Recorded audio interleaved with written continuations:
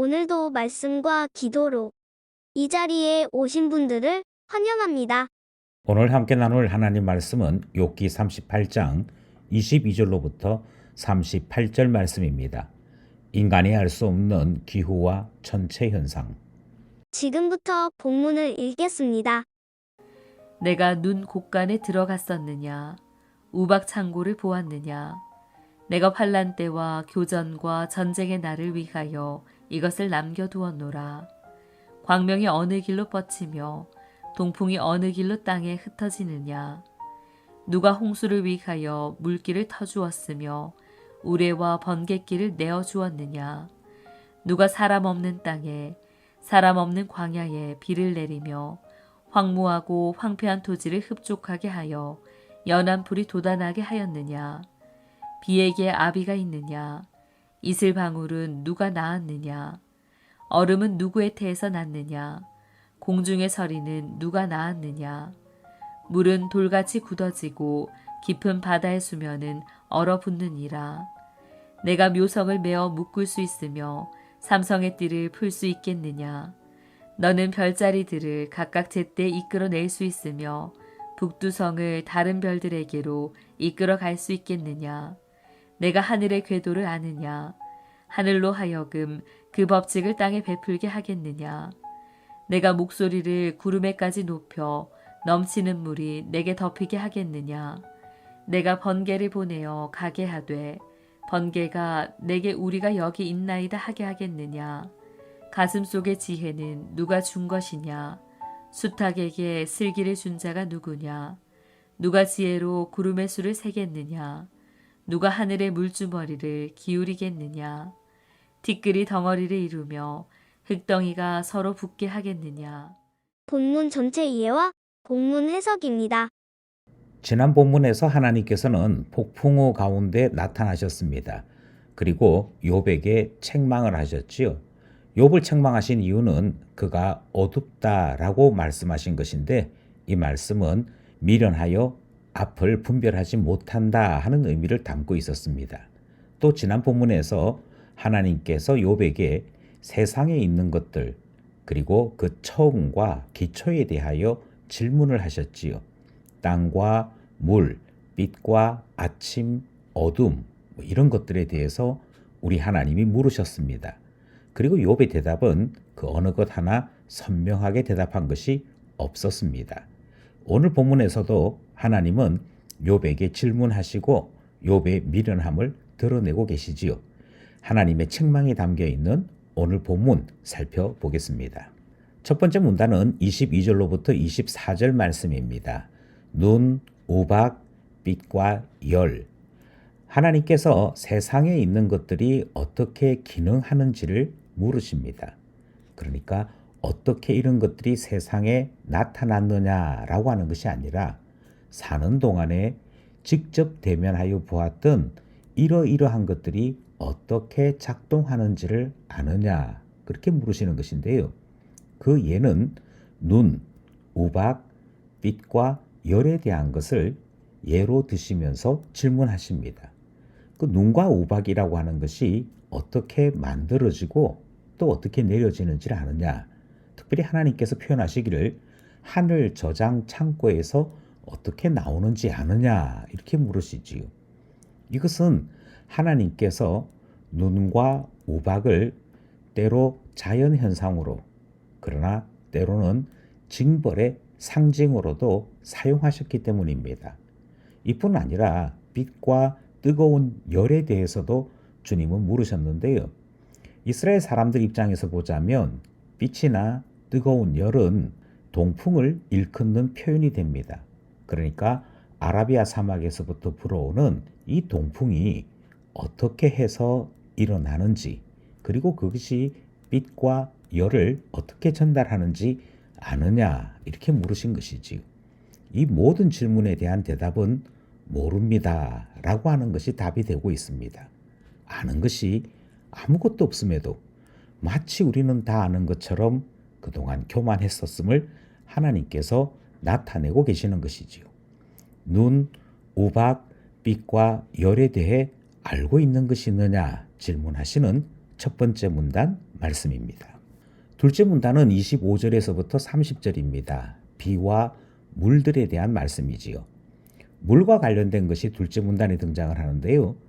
비, 우레, 그리고 번개가 같이 등장을 합니다. 이것은 비가 내릴 뿐 아니라 우레와 번개를 통하여서 하나님의 심판이 같이 나타날 때가 있기 때문인데요. 이처럼 비가 내리는 것, 우레와 번개가 이 세상에 등장하는 것이 어떤 원리에 의해서 나타나는지를 아느냐 물으셨습니다. 그리고는 정반대로 물이 없는 상태, 그러니까 광야, 물이 없는 토지에 대해서도 하나님의 질문이 이어지고 있습니다. 계속해서 물의 순환에 관련되어 있는 것들을 질문하셨는데요. 물이라는 것이 때로는 비, 이슬, 얼음, 서리 이런 상태로 나타나고 있지요. 하나님께서는 이 각각을 물으시면서 너는 이와 같은 물의 순환에 대해서 알고 있느냐? 어떻게 같은 것이 이렇게 다른 형태를 띠는지 이해하고 있느냐? 이렇게 물으신 것입니다. 오늘날에도 환경에 대한 질문은 계속 이어지고 있습니다. 많은 사람들이 지구의 표피 온도가 왜 올라갔는지 이런저런 자신들만의 견해를 내어놓습니다만 뚜렷하게 답이 되는 것은 없고요. 그러면서도 여전히 자연에 속해 있는 많은 것들에 대해 염려하고 고민할 뿐 해결책조차 내어놓지 못합니다. 어떤 지역에서는 비가 많이 옵니다. 어떤 지역에서는 빙하가 녹고 수면이 위로 올라옵니다. 그러나 반대로 어떤 지역에서는 가뭄이 심하여 죽어나가는 일들이 일어나고 있지요. 강대국이라 할지라도 손을 대지 못하는 이 문제에 대해 하나님은 질문하십니다. 너는 물을 아느냐? 둘째 문단 말씀이었습니다. 31절로부터 33절 별에 대한 말씀이고요. 마지막 문단 말씀입니다. 하나님께서 묘성과 삼성이라고 하는 이 천체에 대한 말씀을 질문하고 계시지요. 고대 사람들은 4개의 별자리들이 온 하늘을 구성했다. 그렇게 생각했습니다. 플레이아데스, 그러니까 우리 성경 표현으로 하자면 묘성, 그리고 오리온 성자, 우리 성경에는 삼성이라고 되어 있지요. 그리고 마자로스나 북두칠성 이런 것들이 고대 사람들 생각에는 온 하늘의 구성이었습니다. 그런데 하나님께서 물으십니다. 너는 묘성에 대해서 아느냐? 삼성에 대해서 아느냐? 그것이 어떻게 때를 따라 움직이고 어떻게 나타나는지 아느냐? 이렇게 말씀하시면서 마치 사람이 가축을 치듯이 이 별들을 관리할 수 있느냐라고 물으십니다. 하나님은 하늘의 별들을 위치하게 하셨을 뿐만 아니라 하나님의 뜻을 전달하는 도구로 하나님께서 심판하실 때에는 그 빛으로도 하나님의 뜻을 알려주는 것으로 하나님은 사용하시지요. 그러기에 모든 것을 자신의 뜻대로 사용하시는 하나님이 인간 욥에게 물으십니다. 너는 보고 있는 저 별들을 관리할 수 있느냐?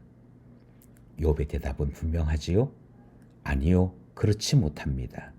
예, 바로 그렇지 못한 욥의 현실을 보게 하시는 오늘 본문 말씀이었습니다. 말씀을 따라 기도하며 결단해 봅시다. 오늘 본문을 보면서 우리는 너무 흔하기에 놀라지도 않고 질문도 하지 않는 대상들이 참 많이 있다 하는 것을 발견하게 됩니다. 그러면서 이 모든 것들을 존재하게 하신 하나님의 은혜를 우리는 마음에 깊이 담지 못하고 살아왔구나 하는 반성을 하게 되지요. 하나님의 은혜로 하늘과 땅 사이에 살게 되었고 하나님의 은혜로 온 우주 가운데 우리는 주목을 받으며 살아왔습니다. 그럼에도 불구하고 하나님께서 이 놀라운 천체 가운데 왜 내게 은혜 주시는지 묻지 않고 지나왔지요. 이제는 하나님의 은혜를 아는 자 되기를 원하고 가슴 뛰는 심령으로 받으며 살아갈 줄 아는 자녀 되기를 원해서 기도하기는 은혜로 가슴 뛰는 하나님 자녀 삼아 주시옵소서 기도하게 되는 것이지요. 둘째 기도 제목은요. 과학이 모든 질문에 답을 하는 것 같지만 사실 가설일 뿐이고 의미 있는 변화를 만들어내지 못하는 것이 현실임을 잘 알고 있습니다. 천지의 주제이신 주님, 그리고 모든 천체를 우리에게 거저주시고 우리 위하여 운행하시는 하나님을 오늘도 다시 한번 깨닫게 되는 것이지요. 은혜를 항상 허락해 주셔서 천지의 주제이신 주님 고백하는 저희들로 삼아주시고 그 은혜에 감격하여 살아가는 저희 되게 하여 주옵소서 기도하게 되는 것이지요. 지금까지 말씀을 대하면서 참 우주라고 하는 것이 넓고 넓은 세계임을 보았습니다. 그리고 이 땅에서만 하더라도 하나님께서 우리 위하여 그 물들을 다스리시고 별들을 다스리시고 많은 일들을 주님이 섭리하시고 베푸시는 것을 보았습니다. 이 모든 것 속에서 하나님을 찬송하는 자 되기를 원하여 기도하게 됩니다. 은혜를 늘 찬송하는 자, 기억하는 자 되게 하소서 우리의 기도 제목이지요. 오늘도 은혜 가운데 살아가는 말씀과 기도의 사람 되기를 간절히 소원합니다.